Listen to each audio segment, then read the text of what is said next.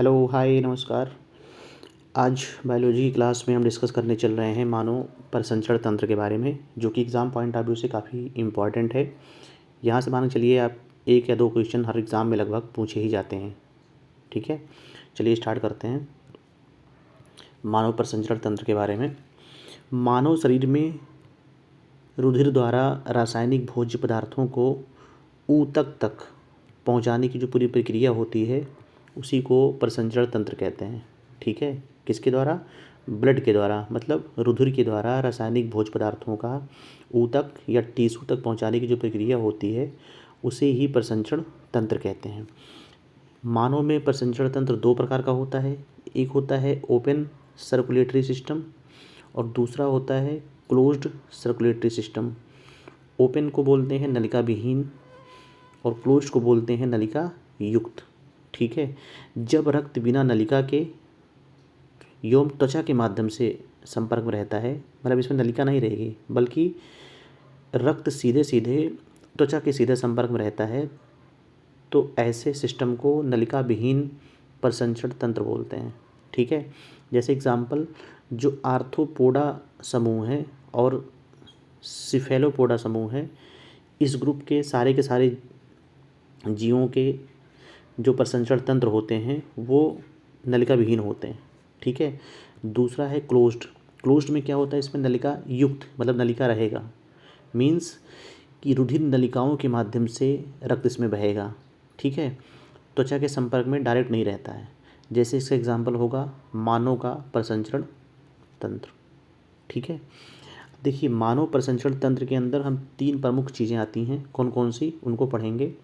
पहला होता है रुधिर या ब्लड जिसको बोलते हैं, दूसरा होता है हृदय और तीसरा होता है वाहित नलिकाएं। ठीक है, तो इसमें सबसे पहले देखिए आप रुधिर के बारे में। ठीक है, रुधिर क्या होता है? एक संयोजी तरल होता है या गाढ़ा जल से भारी होता है एवं लाल रंग का होता है। रुधिर कैसा होता है? लाल रंग का होता है। और रुधिर का जो रंग लाल होता है ये हीमोग्लोबिन की उपस्थिति के कारण होता है। ठीक है, और जो ब्लड प्रेशर होता है या रुधिर दाब होता है, इसको मापने के लिए स्फेग्नोमैनोमीटर का प्रयोग किया जाता है। ये बहुत इंपॉर्टेंट है ये सब। ठीक है, कौन कौन सा? जैसे हीमोग्लोबिन के कारण ही जो रुधिर होता है उसका रंग लाल होता है, या जो रुधिर दाब होता है या ब्लड प्रेशर होता है उसको मापने के लिए स्फेग्नोमैनोमीटर का प्रयोग किया जाता है। ठीक है, आगे देखिए रुधिर के 2 भाग होते हैं। कौन कौन से? एक होता है प्लाज्मा, दूसरा होता है रुधिर कणिकाएँ या ब्लड कार्पल्स बोलते हैं इसको। ठीक है, कौन कौन से भाग होते हैं? पहला होता है प्लाज्मा, दूसरा होता है रुधिर कणिकाएँ। इनका जो विभाजन है ना, इसको बहुत आप ध्यान से देखिएगा। ठीक है, क्योंकि अभी आगे चलकर जो रुधिर कणिकाएँ हैं ये 3 पार्ट में डिवाइड हो जाएंगी। एक WBC, एक RBC और तीसरा प्लेटलेट्स। ठीक है, ये तीनों कैटेगरी किसके अंदर आएंगी? रुधिर कणिकाओं के अंदर। ठीक, तो इसमें सबसे पहले देखिए आप प्लाज्मा के बारे में।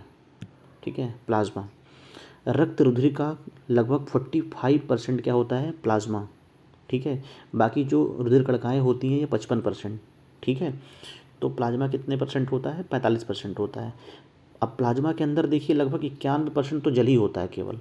प्लाज्मा के अंदर 91% लगभग जल पूरा भरा होता है, और इसके अलावा कार्बनिक एवं अकार्बनिक कुछ पदार्थ होते हैं, जैसे कैल्शियम, मैग्नीशियम, हाइड्रोजन क्लोराइड, हाइड्रोक्लोरेट। ठीक है, प्लाज्मा में हिपेरिन उपस्थित होती है। ठीक है, जो रक्त को शरीर के अंदर जमने से रोकता है। शरीर के अंदर रक्त इसलिए नहीं जमता है क्योंकि हिपेरिन पाया जाता है, और हमने पिछले वाली क्लास में बताया था कि हिपेरिन का निर्माण कहाँ होता है? लीवर में होता है। ठीक है, तो प्लाज्मा के बारे में हमने देख लिया कि प्लाज्मा में लगभग 91% जल होता है, और प्लाज्मा टोटल जो ब्लड होता है उसका लगभग 45% होता है। प्लाज्मा में क्या पाए जाते हैं? कार्बनिक एवं अकार्बनिक पदार्थ पाए जाते हैं, जैसे कैल्शियम, मैग्नीशियम, हाइड्रोक्लोरेट। ठीक है, इसके अलावा प्लाज्मा में हिपेरिन की उपस्थिति होती है जो रक्त को शरीर के अंदर जमने से रोकता है। प्लाज्मा में कुछ प्रोटीन होते हैं, जैसे एल्बुमिन, ग्लोबिमिन। ठीक है, एल्बुमिन ग्लोबिमिन। ये हमने जब आपको प्रोटीन का पढ़ाया था पिछले क्लास में, तो प्रोटीन में हमने बताया था कि एल्बुमिन और ग्लोबिमिन जो होते हैं ये प्रोटीन के सबसे सरलतम रूप होते हैं, ठीक है। इसके अलावा देखो कि फाइब्रिनोजन भी प्लाज्मा में उपस्थित होता है। तो याद रखिएगा, प्लाज्मा में दो चीज़ें उपस्थित होती हैं, एक होता है हिपेरिन और दूसरा होता है फाइब्रिनोजन। जो हिपेरिन होता है ये शरीर के अंदर रक्त को जमने से रोकता है, और जो फाइब्रिनोजन है वो प्लाज्मा में उपस्थित होता है एवं रक्त का थक्का बनने में सहायक होता है। मतलब जैसे मान लीजिए कि किसी को चोट लग जाए, तो चोट लगने पे जो ब्लड बाहर आता है वो जल्दी से जल्दी जम जाए, इसमें इसके लिए जिम्मेदार कौन होता है? फाइब्रिनोजन, ठीक है। और शरीर के अंदर जो ब्लड सर्कुलेट होता रहता है वो आपस में जम न जाएं, उसके लिए हिपेरिन जिम्मेदार होता है, ठीक है। अब नेक्स्ट देखिए आप, प्लाज्मा के कार्य क्या क्या हैं। प्लाज्मा पीएच वैल्यू, जो पीएच वैल्यू होती है उसको बैलेंस करने में सहायता करता है, ठीक है। दूसरा काम इसका होता है कि फाइब्रिनोजन द्वारा रक्त का थक्का बनने में सहायता करता है ये प्लाज्मा, ठीक है। इसके अलावा प्रतिरक्षा के रूप में भी कार्य करता है, ठीक है। तो ये ओवरऑल हो गया किसके बारे में? प्लाज्मा के बारे में। हमने देखा कि रुधिर के दो भाग होते हैं, एक प्लाज्मा होता है, दूसरा रुधिर कणिकाएँ होती हैं, ठीक है, जिसमें से हमने प्लाज्मा को देख लिया। अब दूसरा आप देखिए, रुधिर कणिकाएँ, ब्लड कॉर्पस, ठीक है, ये कुल रक्त का 55% होता है। 45% तो प्लाज्मा था, है ना। 45% कौन था? प्लाज्मा। और 55% कौन है? रुधिर कणिकाएँ। अब रुधिर कणिकाओं के अंदर 3 कैटेगरी होती है, बहुत इंपॉर्टेंट है। पहला है आरबीसी, दूसरा है डब्ल्यूबीसी और तीसरा है प्लेटलेट्स, ठीक है। आरबीसी को बोलते हैं रेड ब्लड कॉर्पस, ठीक है। डब्ल्यूबीसी को बोलते हैं वाइट ब्लड कॉर्पस और इसको प्लेटलेट्स, ठीक है। तो एक एक करके हम देखेंगे, ये बहुत इंपॉर्टेंट है, रिपीटेड कई बार एग्जाम में ये सब क्वेश्चन पूछे जा चुके हैं। देखिए आरबीसी के बारे में देखिए। सबसे पहले आरबीसी का जो निर्माण होता है ना, वो बोन मैरो में होता है, या अस्थिमज्जा जिसको बोलते हैं, ठीक है। लसिका ग्रंथियों में या फिर अस्थिमज्जा में इसका निर्माण होता है आरबीसी का, ठीक है। और प्लीहा एवं लीवर में, प्लीहा या यकृत में जाकर ये क्या हो जाता है? ख़त्म हो जाता है। इसलिए प्लीहा और यकृत को आरबीसी का कब्रगाह कहा जाता है। ये पेपर में कई बार पूछा है कि इसका निर्माण कहाँ पे होता है, मतलब आरबीसी का निर्माण कहाँ पे होता है। तो लगाइएगा अस्थिमज्जा या लसिका ग्रंथियों में, और इसका जो एंड होता है वो प्लीहा या लीवर में होता है, ठीक है। आरबीसी में जो है वो केंद्रक नहीं पाया जाता है, बहुत इंपॉर्टेंट है, इसमें केंद्रक नहीं पाया जाता है, ठीक है। आरबीसी का कुल जीवन काल, मतलब ये कब तक रहता है मानव शरीर में? 120 दिनों तक रहता है, ठीक है, लगभग 4 महीने। आरबीसी का मापन शरीर में हीमोसाइगोमीटर द्वारा किया जाता है। किसके द्वारा किया जाता है? जैसे हमने बताया था कि ओवरऑल अगर आपको ब्लड प्रेशर ज्ञात करना हो ब्लड का, तो उसके लिए स्फेग्नोमैनोमीटर का प्रयोग किया जाता है, ठीक है। जबकि आरबीसी का मापन शरीर में हीमोसाइटोमीटर के द्वारा किया जाता है। आरबीसी का जो रासायनिक नाम है बहुत इंपॉर्टेंट है, ये कई बार पेपर में पूछा है। इसका नाम है एरिथ्रोसाइट। क्या नाम है? एरिथ्रोसाइट। आरबीसी का रंग लाल हीमोग्लोबिन की उपस्थिति के कारण होता है, ठीक है। तो ये सब हो गए आरबीसी के बारे में। क्या क्या हो गया? जैसे कि लसिका ग्रंथियों या अस्थिमज्जा में इसका निर्माण होता है, प्लीहा या लीवर में ये जाके ख़त्म हो जाता है, इसलिए आरबीसी का कब्रगाह बोलते हैं, प्लीहा या लीवर को, ठीक है। आरबीसी में केंद्रक नहीं पाया जाता है। आरबीसी का कुल जीवन काल लगभग 120 दिनों का होता है। आरबीसी का मापन जो होता है वो हीमोसाइटोमीटर द्वारा किया जाता है। और आरबीसी का रासायनिक नाम क्या है? एरिथ्रोसाइट है। आरबीसी का लाल रंग हीमोग्लोबिन की उपस्थिति के कारण होता है, ठीक है। अब दूसरा देखिए आप, डब्ल्यूबीसी। आरबीसी ख़त्म हो गया, ठीक है। दूसरा है वाइट ब्लड कॉर्पस। इसका रासायनिक नाम है ल्यूकोसाइट, बहुत इंपॉर्टेंट है। क्या नाम है इसका रासायनिक? ल्यूकोसाइट। इसका निर्माण कहाँ पे होगा? अस्थिमज्जा में होगा, ठीक है। याद रखिएगा कि डब्ल्यूबीसी में केंद्रक पाया जाता है, ठीक है, बहुत इंपॉर्टेंट है।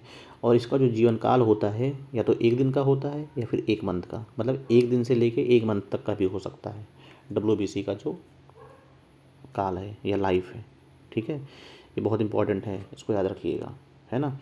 अब WBC को भी निम्नलिखित भागों में बांटा जाता है, ये बहुत इंपॉर्टेंट है। जैसे एक होता है कणिकामय, एक होता है अकणिकामय, एक होता है कणिकामय। अकणिकामय WBC और कणिकामय WBC।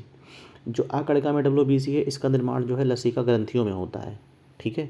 जबकि जो कणिकामय WBC होते हैं इनका निर्माण अस्थि मज्जा में होता है, बोन मैरो में, ठीक। अब जो अकणिकामय वाले हैं ये दो तरीके के होते हैं, कौन कौन से, मोनोसाइट और लिम्फोसाइट, ठीक है। और जो कणिकामय WBC हैं ये 3 तरह के होते हैं, एस्नोफिल, बेसोफिल और न्यूट्रोफिल्स। कौन कौन से होते हैं, एस्नोफिल, बेसोफिल, न्यूट्रोफिल्स। कुल मिला के ये जो 5 कैटेगरी है ये सब टोटल WBC के अंदर आती हैं, ठीक। इसमें एक है अकणिकामय, दूसरा है कणिकामय। अकणिकामय के अंदर 2 हैं, मोनोसाइट और लिम्फोसाइट, ठीक है। Monocyte lymphocyte. और कणिकामय के अंदर कौन कौन सी हैं, एस्नोफिल, बेसोफिल और न्यूट्रोफिल्स, ठीक। अब देखिए जो लिम्फोसाइट है ये WBC में सबसे छोटा होता है। जैसे 5 में सबसे छोटा कौन सा होता है, लिम्फोसाइट का समय काल होता है। मोनोसाइट होता है यह WBC में सबसे बड़ा होता है, ठीक। मोनोसाइट सबसे बड़ा होगा, लिम्फोसाइट सबसे छोटा होता है, ठीक। अब देखिए इन 5 में से जो मोनोसाइट है और जो आपका न्यूट्रोफिल्स है, ठीक, ये दोनों भक्षण का कार्य करते हैं, मतलब डिफेंस का काम करते हैं, प्रतिरक्षा का काम करते हैं, ठीक है। और एस्नोफिल्स, बेसोफिल्स एवं लिम्फोसाइट ये तीनों WBC को आकार एवं जीवन काल को बनाए रखने में सहायता करते हैं, ये भक्षण का कार्य नहीं करते, ठीक। मतलब 2 इसमें से न्यूट्रोफिल्स और मोनोसाइट ये दोनों भक्षण का काम करते हैं और प्रतिरक्षा का कार्य करते हैं, ये पेपर में पूछ चुका है, ठीक। इसके अलावा 3 और जो बचे, एस्नोफिल, बेसोफिल्स और लिम्फोसाइट, ये तीनों WBC को आकार एवं जीवन काल को बनाए रखने में सहायता करती हैं, ये भक्षण का कार्य नहीं करती, ठीक। अब देखो तीसरी कैटेगरी जो है वो प्लेटलेट्स की है। प्लेटलेट्स का जो रासायनिक नाम है वो है थ्रोम्बोसाइट, बहुत इंपॉर्टेंट है। प्लेटलेट्स की संख्या में कमी के कारण डेंगू रोग हो जाता है, आप सुनते ही होंगे अक्सर, ठीक है। इसमें केंद्रक नहीं पाया जाता है, जो प्लेटलेट्स होता है इसमें केंद्रक नहीं पाया जाता है, ठीक। इनका जो जीवन काल होता है वो 8 से 10 दिन का होता है प्लेटलेट्स का, ठीक है। तो क्या क्या पढ़ा हमने प्लेटलेट्स के बारे में, इनका जो रासायनिक नाम होता है वो थ्रोम्बोसाइट होता है। प्लेटलेट्स की संख्या में कमी के कारण डेंगू रोग हो जाता है, ठीक। इसमें केंद्रक नहीं पाया जाता है और प्लेटलेट्स का जो जीवन काल होता है वो 8 से 10 दिन का होता है, ठीक है। नेक्स्ट देखिए ब्लड के कार्य क्या क्या होते हैं। सबसे पहला कार्य इसका यही है कि pH वैल्यू को बनाए रखता है, ठीक है। जो pH वैल्यू होती है उसको मेंटेन रखता है। दूसरा मानव शरीर के ताप को भी बनाए रखने में सहायता करता है। इसके अलावा प्रतिरक्षा में सहायता करता है, ठीक है। और ऑक्सीजन को ले जाने में या ऑक्सीजन वाहन के रूप में भी ये कार्य करता है, ठीक है। अब देखिए इसमें नेक्स्ट टॉपिक है मानव रुधिर वर्ग। मानव रुधिर वर्ग की जो खोज की थी वो की थी कार्ल लैंड स्टीनर ने। किसने किया था, कार्ल लैंड स्टीनर ने। RBC में उपस्थित ग्लाइकोप्रोटीन जिसे एंटीजन कहा जाता है के कारण ही अलग अलग मानव में अलग अलग प्रकार का ब्लड ग्रुप पाया जाता है। अगर इसे पूछे पेपर में कि निम्नलिखित में से किसके कारण अलग अलग मनुष्यों में या अलग अलग मानव में अलग अलग प्रकार का ब्लड ग्रुप पाया जाता है, ठीक है, तो किसके कारण होता है वो एंटीजन के कारण, जिसको ग्लाइकोप्रोटीन बोलते हैं, ठीक है। मानव शरीर में कुल मिला के देखिए कौन कौन से रक्त वर्ग ज़्यादातर होते हैं। जैसे एक O होता है, AB, ठीक है, और AB, है ना। जो O ग्रुप होता है इसमें एंटीजन कोई नहीं पाया जाएगा, ठीक, बल्कि इसमें एंटीबॉडी का होता है, दोनों पाया जाएगा, A और B पाया जाता है, ठीक। जो A ग्रुप होगा उसमें एंटीजन A पाया जाएगा और एंटीबॉडी B, ठीक। जस्ट अपोजिट पाया जाता है। जैसे मान लो A में अगर एंटीजन A पाया जाएगा तो एंटीबॉडी B पाई जाएगी, ऐसे B में अगर एंटीजन B पाया जाएगा तो एंटीबॉडी A पाई जाएगी, ठीक। और AB में क्या होगा, एंटीजन A और B पाया जाएगा, ठीक, तो एंटीबॉडी कोई नहीं पाई जाएगी, ठीक। चूँकि O में कोई एंटीजन नहीं पाया जाता है इसीलिए यह सर्वदाता कहलाता है, चूँकि O में कोई एंटीजन नहीं होता है, ठीक। और एंटीजन ना होने के कारण ही इसको क्या बोलते हैं, सर्वदाता, मतलब इसका ब्लड किसी भी ग्रुप वालों को दिया जा सकता है, ठीक। और AB में कोई एंटीबॉडी नहीं होती है, ठीक। इसलिए ये क्या कर सकता है, यूनिवर्सल रिसीवर होता है, मतलब सर्वग्राही, किसी भी ग्रुप का ब्लड जो है वो एक्सेप्ट कर ले सकता है, ठीक। मतलब O को समझ लो सर्वदाता बोलेंगे, सबको दे सकता है, और AB को क्या बोलेंगे, सर्वग्राही बोलेंगे, ठीक है। इसके अलावा एक होता है O-, यह एक ऐसा रक्त समूह होता है, जैसे सपोज करिए अचानक से दुर्घटना हो जाए और उसमें किसी को जो है ब्लड की तत्काल ज़रूरत पड़ जाए, तो सबसे पहले उसको O- दिया जाता है अल्पकाल के लिए, उसके बाद फिर उसका जो ग्रुप होता है उसको फिर वो दिया जाता है, ठीक। इसके बाद नेक्स्ट देखिए RH फैक्टर। इसकी खोज भी कार्ल एंड स्टीनर योम वीनर ने रीसस नामक बंदरों में सर्वप्रथम इसकी खोज की थी। किसने किसने किया था, कार्ल एंड स्टीनर ने और वीनर ने रीसस बंदर में सर्वप्रथम इसकी खोज की थी। जिन जीवधारियों में इनकी उपस्थिति होती है उन्हें RH+ फैक्टर बोलते हैं, और जिनमें इनकी उपस्थिति नहीं होती है उसे RH- फैक्टर बोलते हैं, ठीक। अब देखिए यहाँ पे एक ग्रुप बनाया गया है कि जैसे सपोज करिए किसी की माता और पिता का ग्रुप, मान लीजिए माता O हैं, पिता O हैं, ठीक है, या फिर माता O हैं, पिता A, ठीक, माता O, पिता B, ठीक, OAB, AA। इस ग्रुप के अगर मान लीजिए हैं माता पिता, तो संभावित ब्लड ग्रुप बच्चों का क्या हो सकता है, ठीक। जैसे O रहेंगे तो O हमेशा होगा, OA रहेगा तो O भी हो सकता है, A भी हो सकता है, OB रहेगा तो O हो सकता है, B हो सकता है, OAB रहेगा तो A भी हो सकता है, O नहीं होगा फिर, ठीक। AA रहेगा तो O और A हो सकता है, AAB से AB हो सकता है, ठीक। A और B से OAB सब हो सकता है इससे, ठीक। BB से OB हो सकता है, ठीक। B एंड AB से BA और AB ग्रुप हो सकता है, और AB इंटू AB दोनों का अगर है माता पिता का तो AB और AB, जबकि ये ग्रुप बच्चे की होने की संभावना बहुत कम है, ठीक है। नेक्स्ट देखिए इसमें कि ब्लड रुधिर से संबंधित कुछ रोग, जैसे कि एक होता है हाइपरटेंशन, एक होता है हाइपोटेंशन, एक होता है हार्ट अटैक, एक होता है हार्ट फेल्योर, एक होता है धमनीकरण, ठीक है। कौन कौन से हैं, ठीक है। हाइपरटेंशन, हाइपरटेंशन में क्या होता है, जैसे BP का नॉर्मल से अधिक हो जाना उसे हाइपरटेंशन बोलेंगे। जैसे नॉर्मल BP कितनी मानी जाती है, 80/20, मतलब 72/120 ऐसे मानी जाती है, ठीक। तो जब BP नॉर्मल से अधिक हो जाता है तो उसे हाइपरटेंशन बोलते हैं, और जब BP नॉर्मल से कम रहता है तो उसे हाइपोटेंशन बोलते हैं। मतलब जब उससे ऊपर बढ़ जाएगा तो हाइपरटेंशन होगा, जब उससे नीचे रहेगा तो हाइपोटेंशन, ठीक। हार्ट अटैक किसे बोलते हैं, जब ऑक्सीजन का मिलना ब्लड को बंद हो जाता है, मतलब रुधिर को जब ऑक्सीजन नहीं मिल पाता है तो उसे हार्ट अटैक बोलते हैं।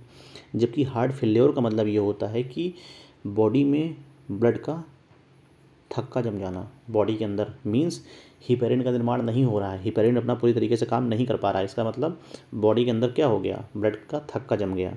जबकि बाहर अगर ब्लड का थक्का बनता है तो उसके लिए जिम्मेदार होता है फाइब्रिनोजन, जबकि हिपेरिन क्या करता है, बॉडी के अंदर ब्लड को जमने नहीं देता है।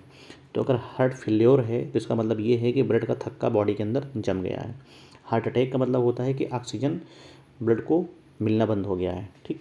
हाइपोटेंशन का मतलब होता है कि BP जितना होता है उससे नॉर्मल से कम होना, और हाइपरटेंशन का मतलब होता है कि नॉर्मल से BP का नॉर्मल से अधिक होना। एक होता है धमनीकरण, ठीक है। तो धमनीकरण में क्या होता है कि जब शुद्धता अशुद्धता के साथ रिप्लेस हो जाती हैं, ठीक है। शुद्धता क्या हो जाती है, अशुद्धता के साथ रिप्लेस हो जाती है, तो उसे धमनीकरण बोलते हैं, ठीक। ब्लड प्रेशर जो नापा जाता है नॉर्मल कितना होता है, 120/80। हमने पिछली बार गलती से भी 72/80 लिख दिया था, 120 लिख दिया था, लेकिन फिर बाद में 80 लिखा था, तो उसमें सही होता है 120/80, ठीक है। और जो ब्लड प्रेशर होता है वो 120/80 ये नॉर्मल माना जाता है, ठीक, HG में, ठीक। जहाँ पे 120 जो है वो सिस्टोल है और 80 क्या है, वो डायस्टोल है, ऐसे लिखा जाता है 120/80, ठीक है। ये सिस्टोल है, 120 सिस्टोल है, 80 डायटोल है, ठीक। तो इसी के साथ ही ये हमारा चैप्टर ख़त्म होता है। आपको वीडियो कैसा लगा ये प्रतिक्रिया आप दीजिएगा, ठीक है। वो काफ़ी इंपॉर्टेंट चैप्टर था, हमने लगभग सारे पॉइंट इसमें कवर कर लिए हैं। और वीडियो देखने के लिए धन्यवाद। लाइक करें, शेयर करें, सब्सक्राइब करें। धन्यवाद।